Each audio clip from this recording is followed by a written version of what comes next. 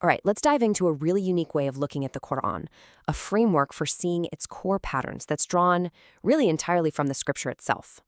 So what if I told you that the code of the universe, the grand story of humanity, and even the intimate journey of your own soul, what if they're all woven from the exact same thread, a single repeating pattern? This explainer is all about that one eternal loop, a story told again and again, everywhere we look. Now, to really wrap our heads around this pattern, we need a model. And the perfect one is actually this simple little object with some seriously profound properties, the Mobius strip. I mean, look at it. It looks like it has two sides, right? An inside and an outside. But it doesn't. It's one continuous surface. And that right there is the perfect map for this journey. So this isn't just a cool metaphor. It's a map of reality itself, a journey that seems to have two completely opposite directions, a downward fall and an upward rise, but is actually one single unbroken loop. This one loop appears to us as two different paths. On one hand, you've got the descending path of fire. This one's all about pride, arrogance, an attempt to literally burn truth out of existence, and it always leads to collapse. But on the flip side, you have the ascending path of water.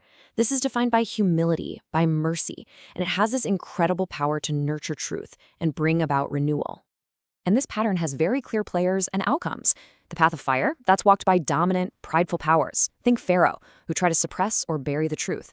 Their story, every single time, ends in a divine overturning. Then you have the path of water. This is walked by humble, devoted people. Think of Maryam. They don't impose, they receive. They receive mercy, and in the end, they give birth to prophetic renewal. Let's look a little closer at that fire path. It's about trying to erase truth in a couple of ways.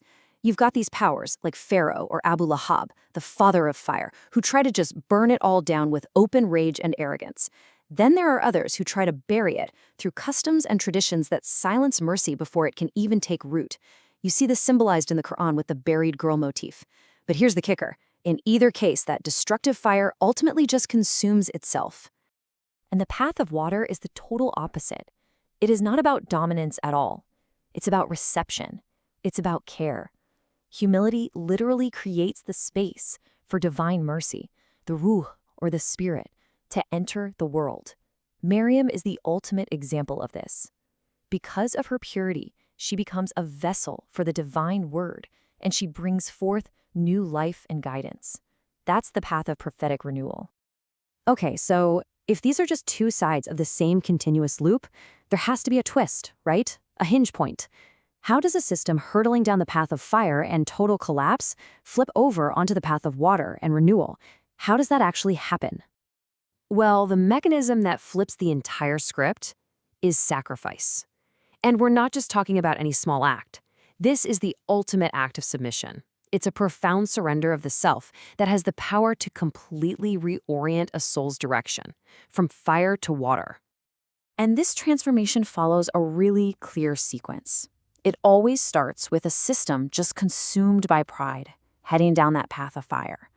But then, that pride is met by a moment of pure, absolute surrender, an act of sacrifice. And that one sincere act becomes the catalyst, the very thing that allows divine mercy to step in and open up a path to renewal. The story of Ibrahim is, without a doubt, the prime example of this divine flip.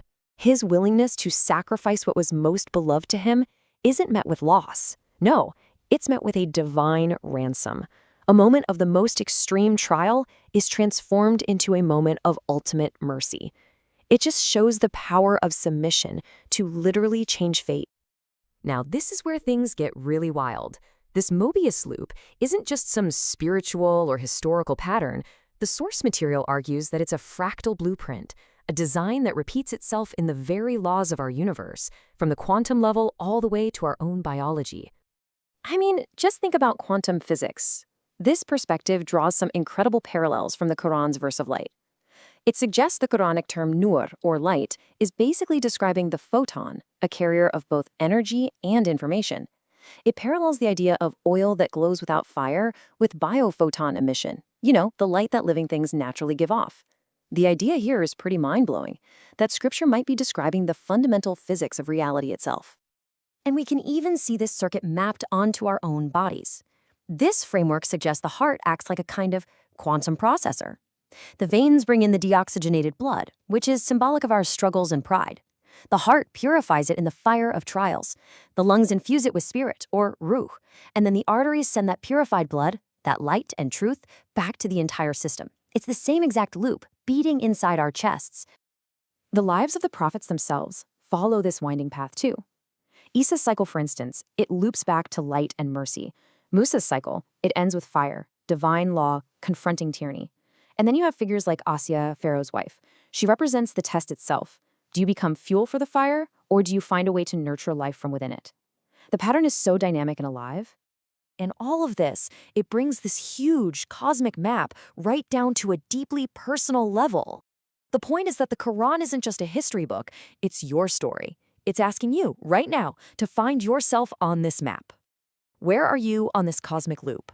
Are you on the path of fire, or are you on the path of water? So here's the essence of it all. Your life is the test. It's your chance to complete the circuit. You've been dropped into this trial ground to see if you can break that destructive loop of pride, to repair your inner circuit through submission, and to return purified as light to the source that sent you. And that leaves us with one final provocative thought. This ancient cosmic pattern, it isn't something for us to just sit back and observe. It's an immediate, urgent, personal choice. The loop, with all its potential for destruction or renewal, is now in your hands. So what are you going to do with it?